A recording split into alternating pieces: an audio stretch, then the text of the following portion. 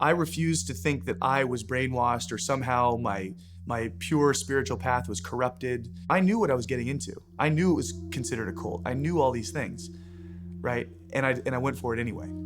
A lot of folks who gave decades of their lives through a combination of kind of totalitarian power dynamics and Stockholm syndrome, they had as much at stake as Andrew. This mission, this project that we were on, was so important that if I wasn't participating in it and I wasn't welcomed in it, that it meant the death of me in some way. We were doing our damnedest to do what he wanted to do, and things got worse and worse. We manifested more and more vicious parts of the human personality. I start hearing about this uprising that's in the ranks and this revolution that's happening. You became a threat. All of us became threats to the establishment, the hierarchy, and then ultimately to Andrew. And that's what he couldn't handle. I lost absolutely everything, and it was in the most public way possible.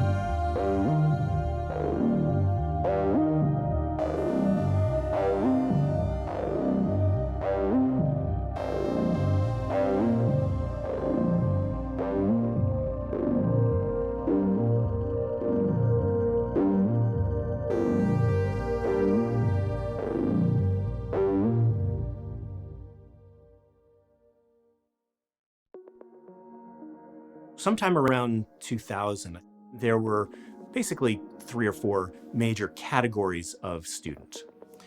And the lines between them are fairly significant. So at the highest level, in a sense, the innermost circle was what at the time we called senior students, or committed students. And these were people who had known Andrew largely from the beginning or very early on and had given themselves over to living the teachings and living in community at a very early stage of that, and had leadership roles. Below that was a second tier, basically the largest tier of what at the time were called formal students. Basically anyone who hasn't decided to leave the world and start living the spiritual life.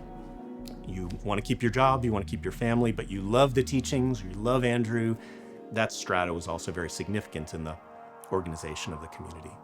The hierarchy was so fixed that, and the rules were so strict. Secrecy. You don't tell anything that goes on this level to somebody on this level. The spiritual life was run through a hierarchical series of holons. And the holons were groups of 5 to 6, either men or women, men and women were separate, who were paired by levels of experience. Levels of experience were determined by how many years you had known Andrew. And we would literally sit in our circles based on when you actually met him. I was in the youngest holon in the entire formal student body. We were constantly being managed by the holon above us, which is managed by the holon above us, which is then, and then it all goes up to Andrew. In the way that worked in the community was that the higher up you were in the hierarchy, the more you were expected to be living the teachings, which means you were given more and more ability, power to, respect to, authority to guide other people. I mean, I was plenty nasty to people, just, it's my character. I was just like, you know, for a long time in my career with Andrew, I was just I was a piece of work. I was just like an arrogant, conceited brat. I thought I knew everything, and I thought I had it all together. And of course, Andrew's job, which I hired him for, in a sense, was to break that. You know, he eventually succeeded, but for a long time, I was terrible.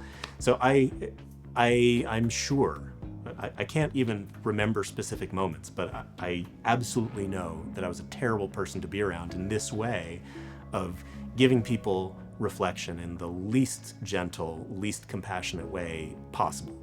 There's this waterfall of sort of spiritual pressure / upliftment / monitoring. So that's all going on. So you're constantly talking about the teachings and having to express true and genuine development on a consistent basis.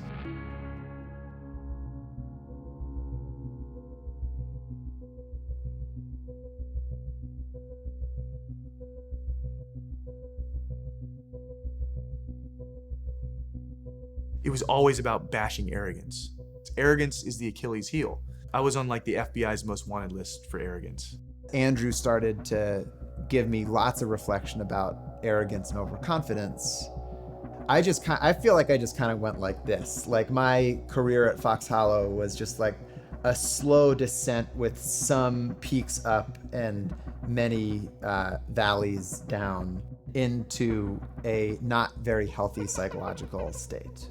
I don't want to do anything but meditate. I don't want to have to talk to anyone, because if I talk, I'm going to sound like an idiot and they're going to attack me. That's literally what you think about all day long. And then all of a sudden there'd be like a sign on the board that say, senior men's meeting, blue room, 8:30 p.m. and you just shit your pants. You'd just be like, oh my God, this is going to be hell. This is going to be hell.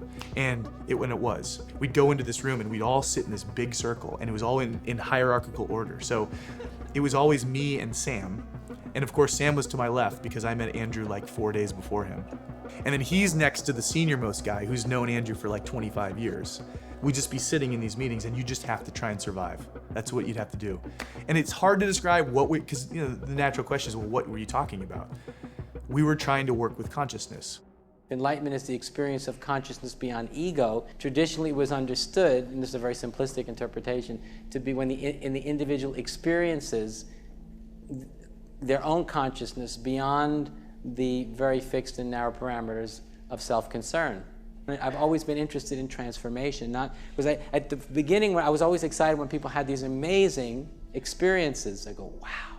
But then after a while, when I'd see people didn't change, I thought, who cares? Because I'm interested, but has the individual changed? Have they become a different person? Is there a measurable, actual difference? Have they evolved beyond ego? Are they really a different kind of human being? Have they awoken to what I'm calling the authentic self? Do they care about the creation of the future and the evolution of consciousness and culture as if their life depended on it? Are they living to create the future? Have they stopped living a selfish life? Is that a measurable and obvious kind of transformation we can see? Or are they just another narcissist who had another great experience?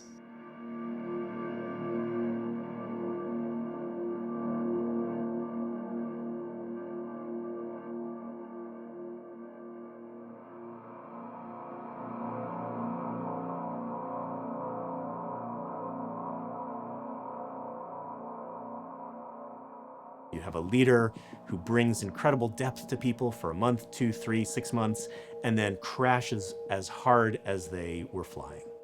Which means they get kicked off the property, they get thrown out, literally, no money, no job, whatever. Again, the higher you're flying, the farther you're crashing.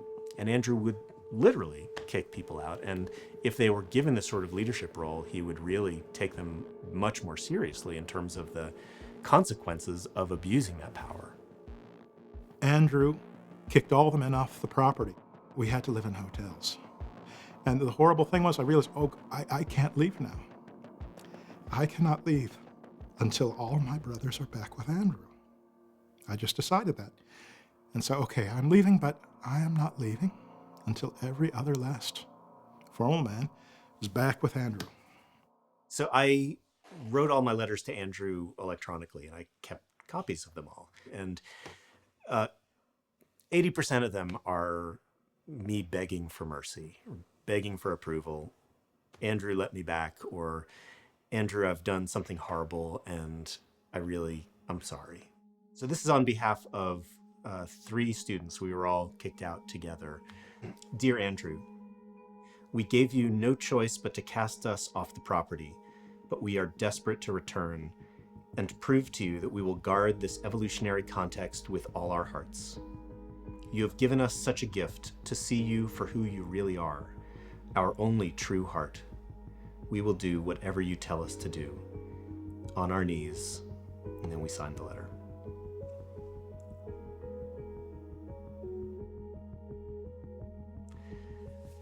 it's really painful to read this.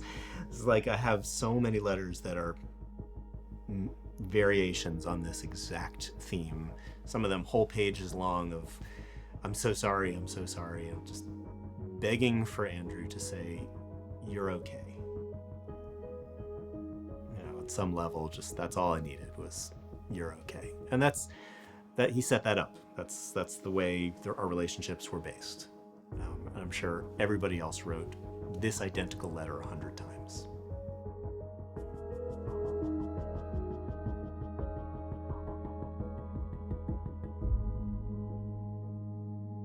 This is one of the mistakes I made repeatedly over and over again, as I didn't know when to stop. I didn't know, damn it, and I did that over and over again, and I caused a lot of harm because I just didn't know when to stop, even though my initial impulses were coming from a pure motive. Because I was not respecting and honoring and protecting and caring for the emotional, psychological selves of my students, many people became very wounded by my neglect. And I know that there's been a lot of suffering as a result of that. And over a period of years, I was just pushing harder and harder and harder and harder. And it was leading up to some of these more extreme challenges that they were facing when we got on retreat.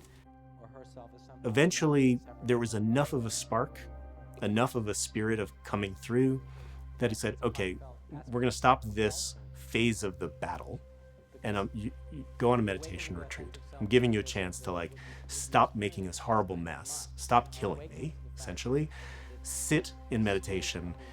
And he had the students in meditation for all day, 12 hours a day, 16 hours a day. And the rest of the community, of which I was a part at the time, would support them, cook their meals, bring their meals to them. They basically were totally taken care of. And this went on for 3-4 months. Individuals carried it on for 8 months or so, I think.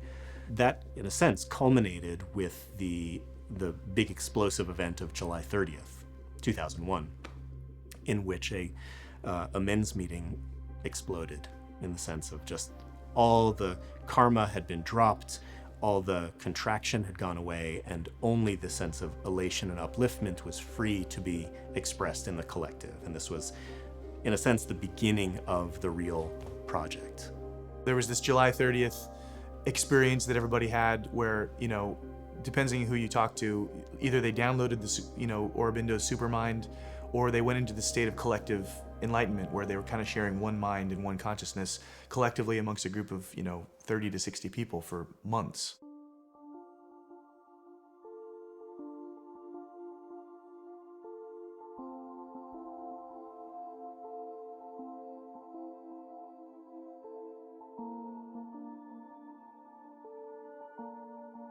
It's an explosion. It's like an explosion of consciousness where everybody enters into an enlightened state at the same time. But it happened spontaneously, or it No. was the result of a... I am the sole source. It's not funny, it's actually quite serious, but it's absolutely nothing to do with anything spontaneous. And it's only as a result of enormous, relentless pressure from me to force it to happen. The way Andrew describes the story is him getting credit for that moment, for that explosive moment, because he created the pressure which exploded in this positive experience. So he made it all happen. He orchestrated the pressure, the intensity, those people that went through this hellish time that later went into the meditation retreat and then later popped out in this explosive moment. He tells the story as that's all one thing, and it couldn't have happened without the pressure. I remember a student saying, I have been victorious, and Andrew said, no, I have been victorious.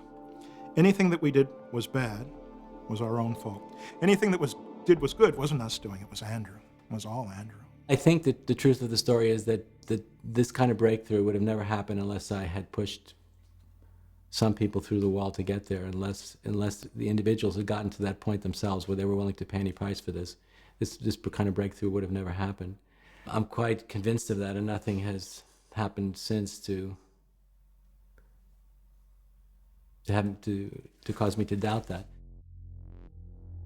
It wasn't until around 2004 which was in the year that I first got involved with the blog, that I became aware that at Fox Hollow things had gotten much worse and were going in a trend that sounded really dangerous to me.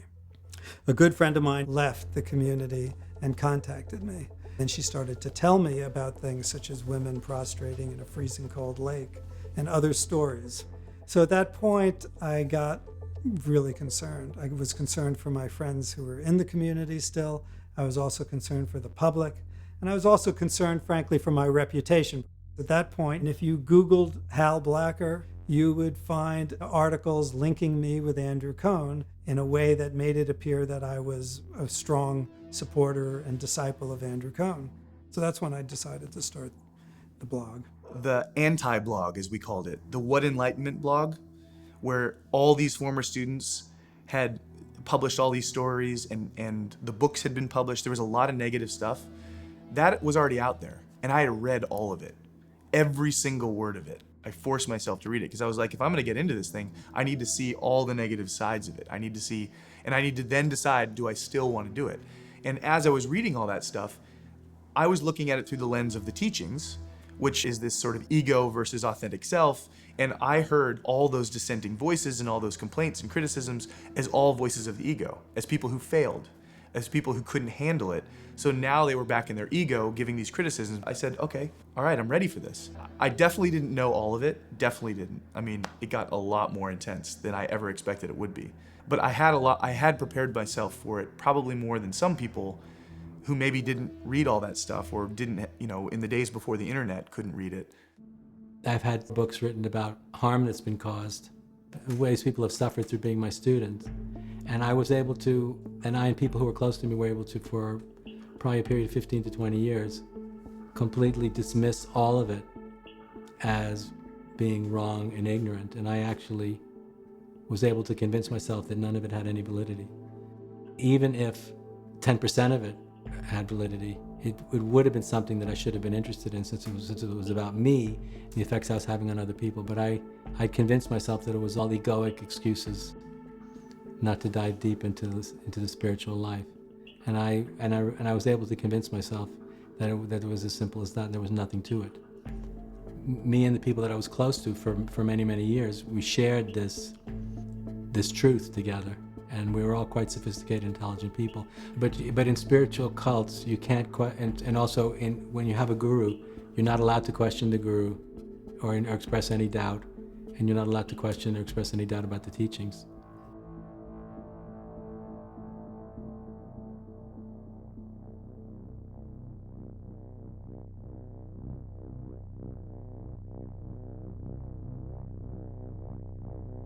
By 2012, our peer group, which we called a Holon, had basically decided that we just weren't going to tell Andrew anything negative.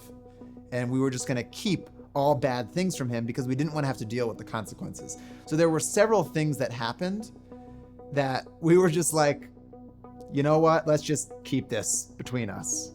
Towards the end of 2012, our Holon was soaring. We were doing great. And that was in part because we just were lying to Andrew. And a lot of the people in our Holon were still struggling with the same issues, but increasingly my philosophy and others' philosophies were just, well, that's just who they are. They just have a tough time dealing with that thing. That doesn't mean they're a bad person. That's not fundamental to their spiritual success or failure. They just happen to have a hard time with like X subject. And they probably will for the rest of their lives. So we could either keep beating our own heads against a brick wall and beating their heads against a brick wall and all be super bloody all the time and deal with Andrew's wrath of telling him that so-and-so isn't living the teachings or so-and-so is failing. Or we could just not tell him anything because why the f does it matter? And everything is like pretty good. So let's just tell Andrew that everything's good and like keep moving. And so we did. I want to say early to mid 2012, Andrew criticized a couple of his most senior students for a couple of things that seemed somewhere between absurd and unreasonable. One confided in the other, like, hey man, this is not cool. Andrew is not adapting as a teacher. He's holding on to too much control, and he's really pissing me off. They all agreed that they needed to confront Andrew and that Andrew had to be stopped. And they say, all right, we're gonna do this. Basically, one of Andrew's senior students, he really, I think he actually surpassed Andrew, if you want to speak in those terms. And he had been in a servant role to Andrew. He had been his personal assistant for like 10 years. He really wanted to kind of move on. He wanted Andrew to be his teacher, and he still wanted to be part of the structure, but he didn't want to be the assistant anymore who was just doing everything. He wanted to be his own teacher. And he started to develop these things, which Andrew kind of helped him with. But Andrew kept finding reasons to trip him up and kept finding reasons to get his hole on to try and turn against him. They've done 25 years. They dedicated their lives to it. They've been all celibate, shaved their heads. They've been doing millions of hours of meditation, prostrations, extraordinary acts of spiritual dedication and commitment. These guys are masters, and yet they're being treated like children by him. And it's because he can't actually let it go. One person has another interaction with Andrew, and he really pisses him off. And then they all get on the phone together and say, God, we really got to do something about this. I can't believe this. I've been with Andrew for 25 years, and he treats me this way. I mean, this is nuts. This is crazy. Even those who were closest to and most pissed off with Andrew, it took months, and this is really the main point. It took months to even get to the point where one of them was willing to send an email to Andrew to talk about the issues that they were having with him. To me, it's really instructive and illuminating of the types of power dynamics that can emerge in totalitarian environments, where you have one leader who can pit anyone against anyone else and basically silence them. This is all happening secretly behind the scenes. No one will say anything about this. The senior students won't say anything about this either because they know the news of that would tear everything up. So it's all being kept super secret.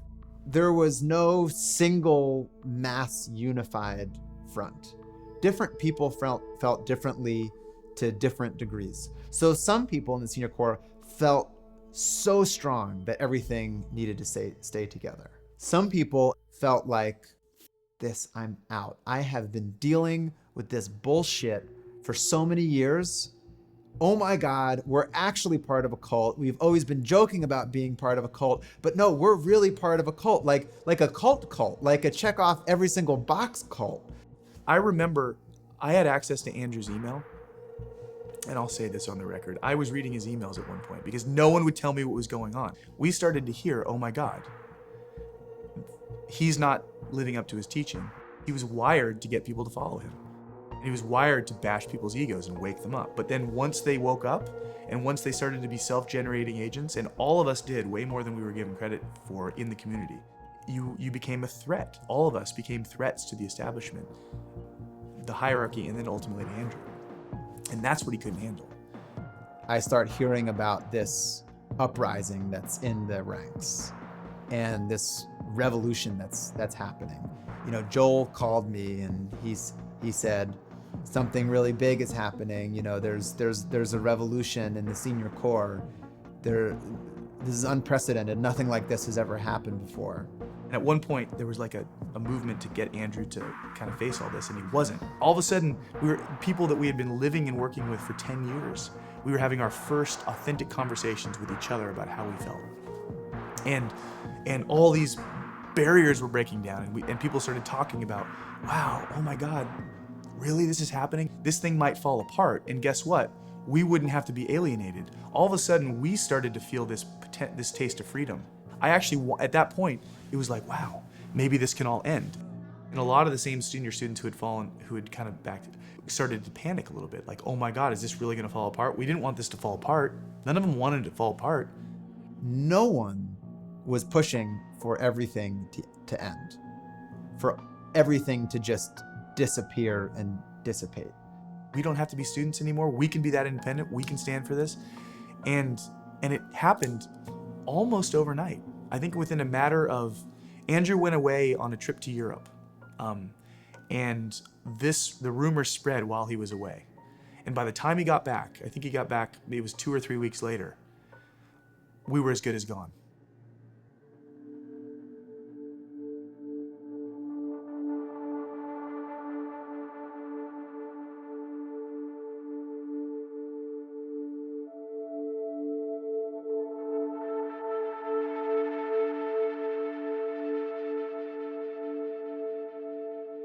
the minute I agreed to step down and give up, relinquish my mantle as being the guru, as being the teacher, I actually had given up my own authority, and that was the minute when I lost touch with everything that I knew.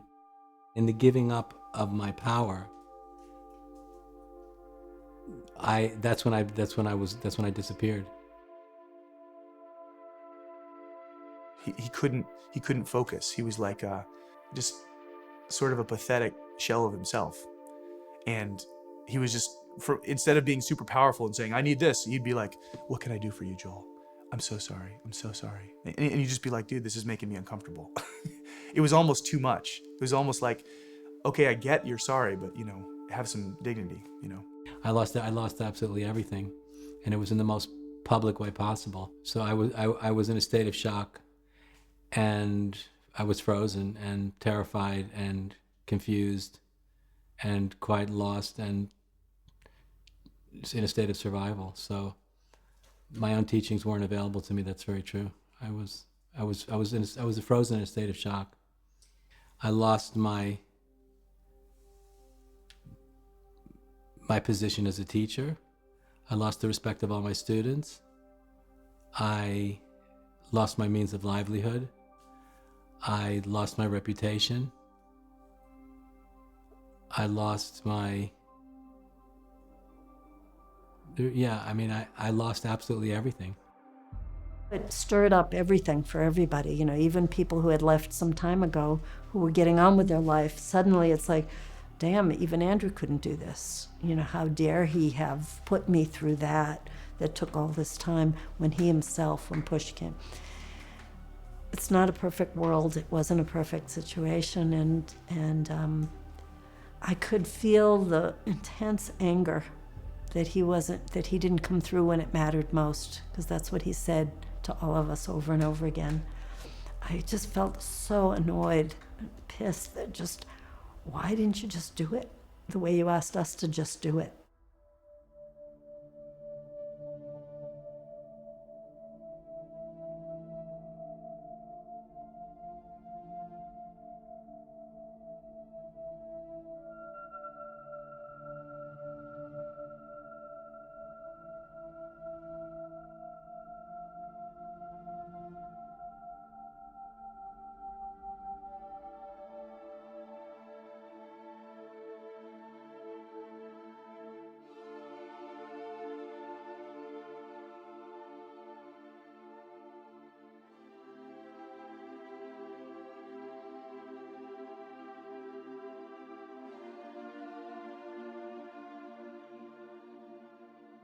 Everybody started going crazy. The whole world started fracturing, and people who'd known me very well stopped talking to me. It was really fucking horrible.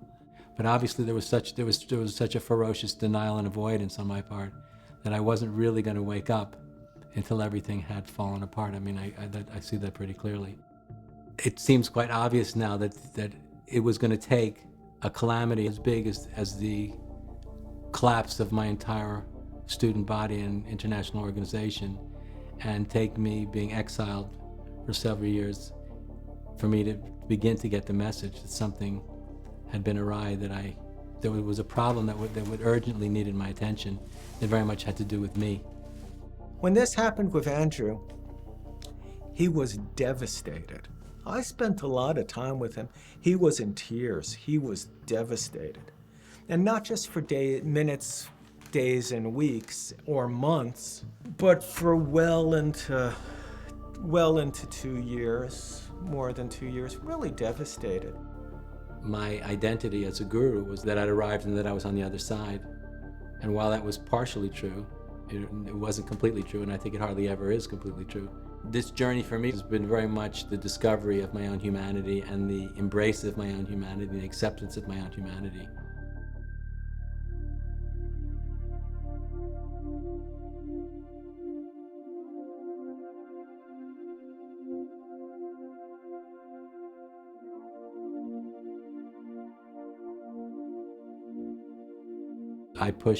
I've come to understand far too many people way too hard, way too often.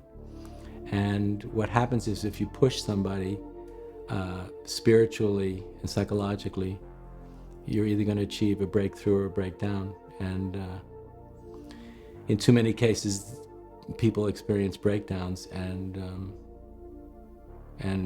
I feel terrible about that. I feel a lot of remorse and regret. And the public position I've taken with all of them is I said, I don't care about any of you personally, I care about what we're trying to create together. So I proved that that was true, but now I'm horrified because I lost touch with people's humanity. And I've come to understand that in order to be able to do that, for a long time I'd lost touch with dimensions of my own humanity. Otherwise I would have never been able to do that, because I wasn't emotionally connected to the consequences of the kind of soul-shattering harm that some people were subjected to. And had I been emotionally connected to it, I would have never been able to behave that way, and I would have never done it. He's really created a lot of suffering, so there's a lot for him to take in. But he's got the capacity as much as anyone. I mean, there are people, and I'm one of them, who would want to classify him with some type of psychological disorder. Fine. Also not a final answer. One can have all sorts of psychological disorders and still be able to make amends.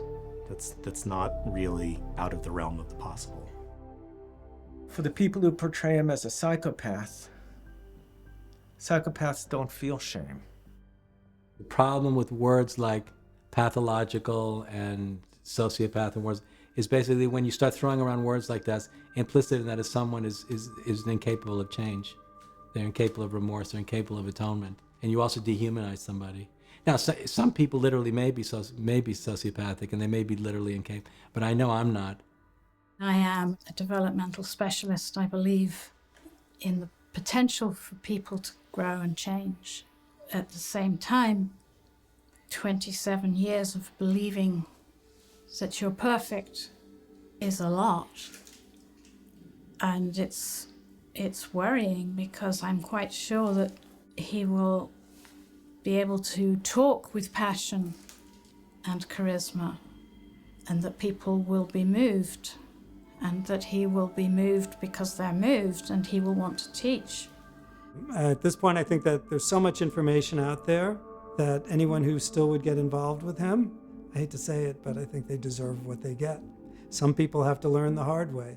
If they haven't gotten that this is a person who is a serial abuser at this stage, then I'm sorry for them. I guess they have to go through that experience then.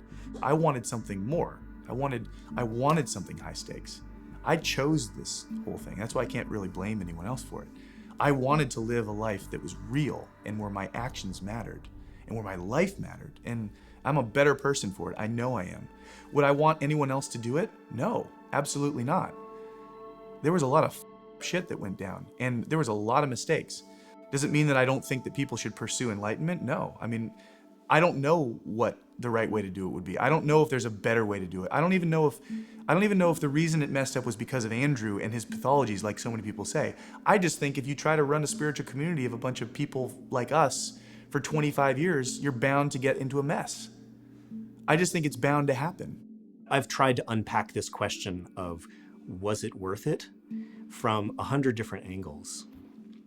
Does the end justify the means? Let's give the end the benefit of the doubt. I personally feel like I am a better person now than I was then. Maybe that's all we need to know. Was it worth it? Well, clearly I would never wish this kind of experience on anybody, including myself. If I could write myself a letter, I'd say, run. Find some other way to get what you're looking for. I don't know that I would have succeeded, but still. But I think there's a fallacy in that. I think that this was not two things, one thing that worked and one thing that was horrible.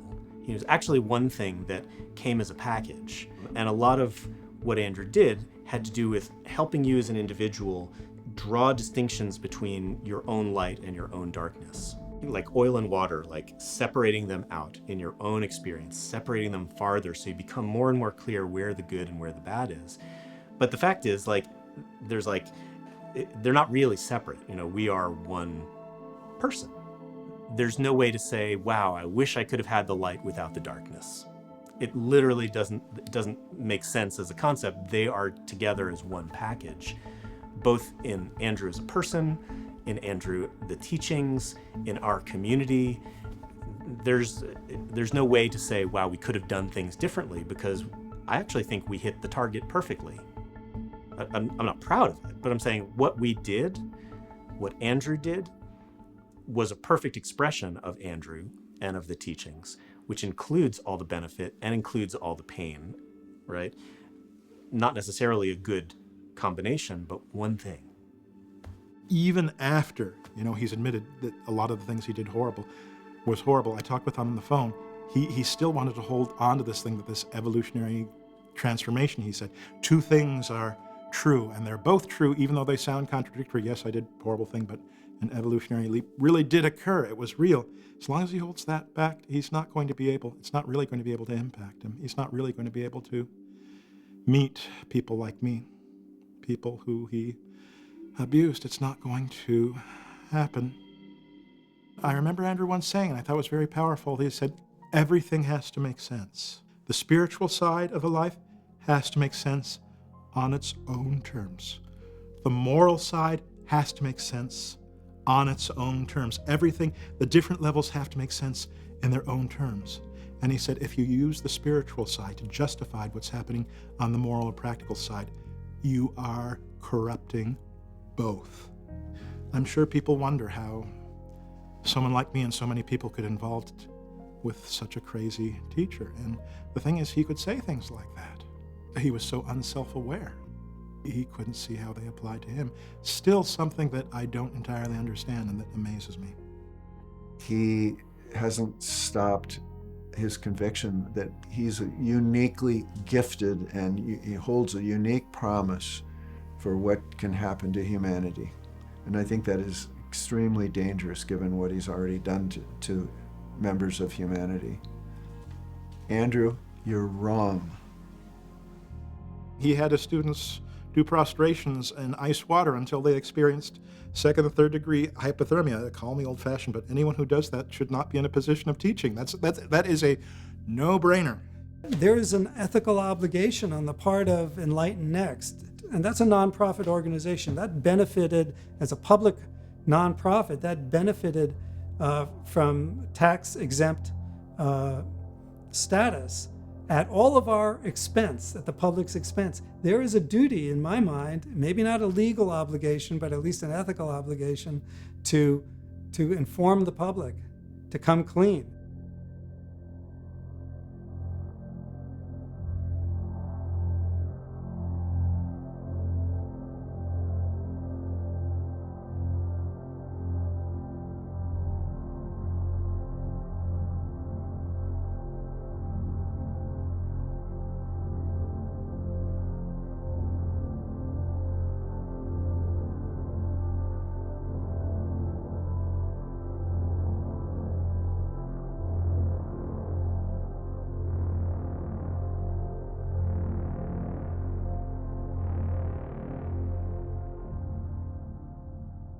This idea that he's not going to be a guru, but he's going to be a speaker or a thinker, this is, I think, nonsense. There will be people who will gravitate to him still as a spiritual guru and a teacher.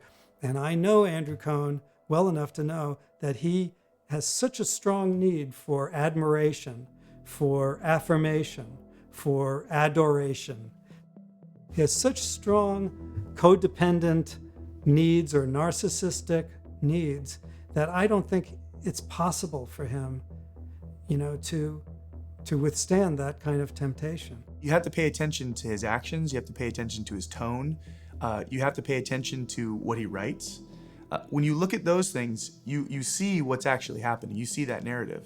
And it's a glorious evolutionary narrative that still has him at the forefront of it and still has his work as being historically significant. It might be, but he's not allowed to say that. He's not allowed to even think that anymore. He's not. That's the problem. I actually believe that there's validity to the idea that there can be spiritual authorities. At the same time, I don't think that those spiritual authorities who have these deeper transcendent experiences and mystical insights have any special insight into what it means to live a moral or ethical life. None. Literally none. If anything, they have less insight into morality and ethics because they're so blown out in this other type of consciousness, in this other state of consciousness. So they are actually less capable of telling people how to live. What spiritual teachers and paths can be great at is giving that experience and helping people live from those insights and encountering the obstacles along the way. And I think everything else is totally up for debate. But the second you force a certain cultural or philosophical interpretation beyond the basics of unity, connectedness, positivity, beyond those core basics that have been verified throughout history, you are creating a cult. The second you say, I believe this, and so you need to believe it, and we all need to believe it too, I just think you're doomed. I think you're done for. As I'm able to take more and more responsibility for some of the harm I've caused, I feel simultaneously I get more in touch with my own heart. And as that happens, I feel things moving in my own soul. There's something moving. It's slowly but surely. There's a change happening, and that people who know me intimately reflect back to me that I'm moving, that I'm not the same person that I was, and that gives me a lot of confidence and trust in myself and in the process that I've entered into. I can't give up. That's why, in spite of this terrible failing, I have to keep going. I don't feel I have any. I have to keep going for that reason.